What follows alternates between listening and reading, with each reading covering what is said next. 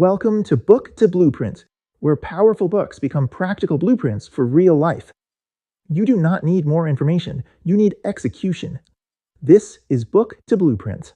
Have you ever felt like you're just talking to a brick wall when you're trying to change someone's mind? Well, today we are unlocking the actual blueprint from Jonah Berger's incredible book, The Catalyst. And look, this isn't just another summary, this is a step-by-step guide to becoming way more persuasive, not by pushing harder, but by finding and removing the roadblocks that are in your way. And this quote right here, it's the whole idea.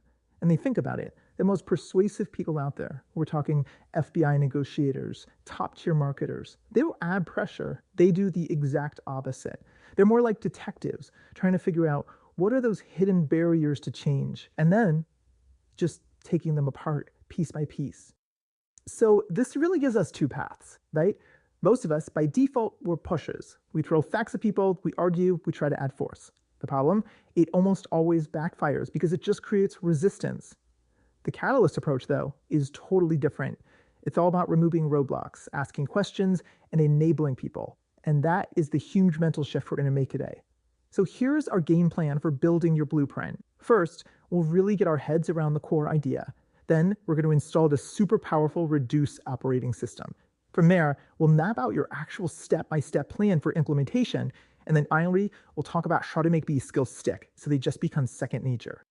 Okay, so what's the real world outcome here? What are you going to be able to do? You're going to be equipped to change minds, not by being forceful, but by clearing the path so that people can convince themselves to move forward. This image says it all, doesn't it? Our first instinct is to think that change just needs more gas, more facts, more meetings, more pressure. But if a car is stuck, you'll just floor it. You chuck a parking brake, right? Our job as a catalyst is to figure out what those brakes are and just release them. So what are these parking brakes?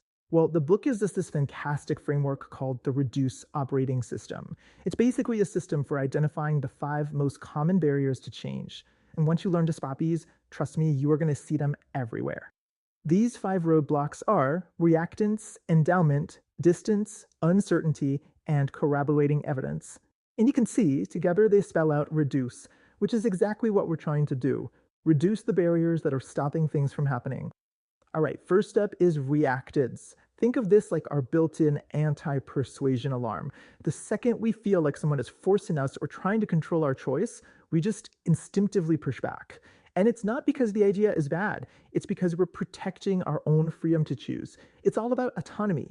So how do you disarm that alarm? Well, you have to give them back that sense of control, that sense of agency.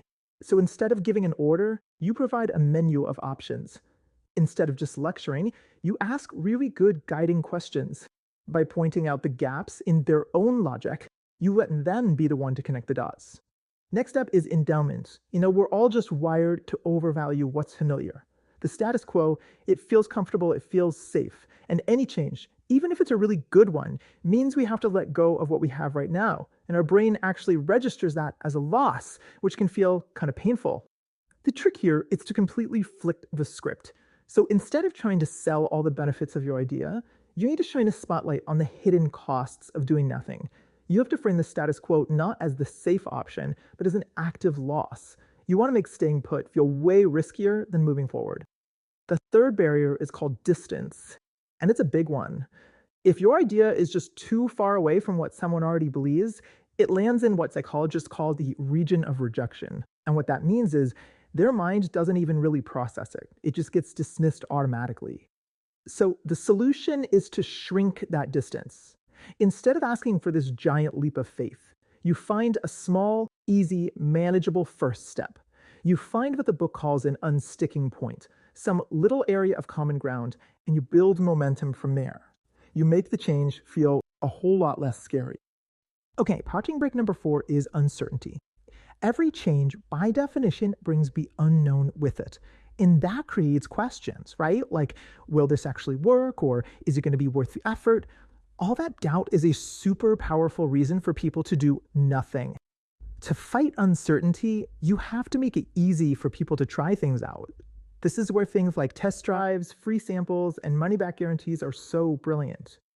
By bringing down that perceived risk, you make it feel safe for people to take that all-important first step. And finally, we have corroborating evidence. Some changes are just too big to make based on one person's opinion. Think about changing a core belief or rolling out a new software system across an entire company. These are like boulders, and they need a lot more than just a single push to get them moving. To move a boulder, you need what feels like overwhelming proof, and it has to come from multiple diverse sources. So it's not about finding one perfect argument. It's about creating a fire hose of evidence, case studies, testimonials, expert opinions, all reinforcing the same point in a really short period of time to create unstoppable momentum. Okay, so you have the reduced operating system. That's great. But how do you actually deploy it in the real world? This section is your action plan. And it all starts with one question. Which specific parking brake is actually holding things back? And the tool for that is something called a force field analysis. So before you even try to persuade someone, just take a minute and map out the landscape. On one side, you list all the forces pushing for the change. Those are your drivers. On the other side, you list all the forces pushing against it. Those are the restrainers, which, you guessed it, are your parking brakes. Your goal is not to add more drivers, it's to eliminate the restrainers. This diagnostic step is absolutely non-negotiable. Here it is, your 4-step action sequence. Step 1, be crystal clear about the change you want. Step 2, list out your drivers, the things that are already helping you. Step 3, and this is the crucial one, use that force field analysis to pinpoint the specific restrainers or parking brakes. And then step 4, for each one of those restrainers you found, you apply the right reduce tactic to release that specific brake. Don't push harder, you systematically remove the resistance. Look, knowing the blueprint is just the first step. The real goal is to make this whole process a reflex. And to get there, you need to install the right habits and really watch out for the common traps that will drag you right back into that old pusher territory. These 4 behaviors, these are your new default settings. Before you even think about persuading, your very first question should always be, okay, why haven't they changed already? This forces you to diagnose before you prescribe a solution. You have to listen, really listen, for the root cause, and then guide, don't push, them toward their own insight. And finally, you have to avoid these classic pusher mistakes. Don't throw a bunch of data at a reactance problem. Don't just talk about the gains and ignore the pain of endowment. Don't ask for way too much at once and trigger distance. And please, never try to move a boulder with just a single piece of evidence. Every single one of these errors just tightens the very parking brakes you're trying to release. Ultimately, it all comes down to this one choice. This is what separates a frustrated pusher from a truly effective catalyst. So the next time you feel that resistance, fight that instinct to just push harder. Instead, get curious. Ask yourself, where's the parking brake? Find it, release it, and you'll realize that change doesn't have to be a fight at all. If you have a book in mind that should be added to our list, comment below. If this blueprint helped you, subscribe, like, and build with us.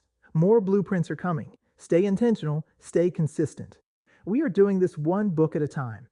And remember, you are the average of the 5 people you spend the most time with. So share this with them and grow together. Real progress becomes stronger when it is shared. Build your life one blueprint at a time. You do not attract what you want, you attract what you do.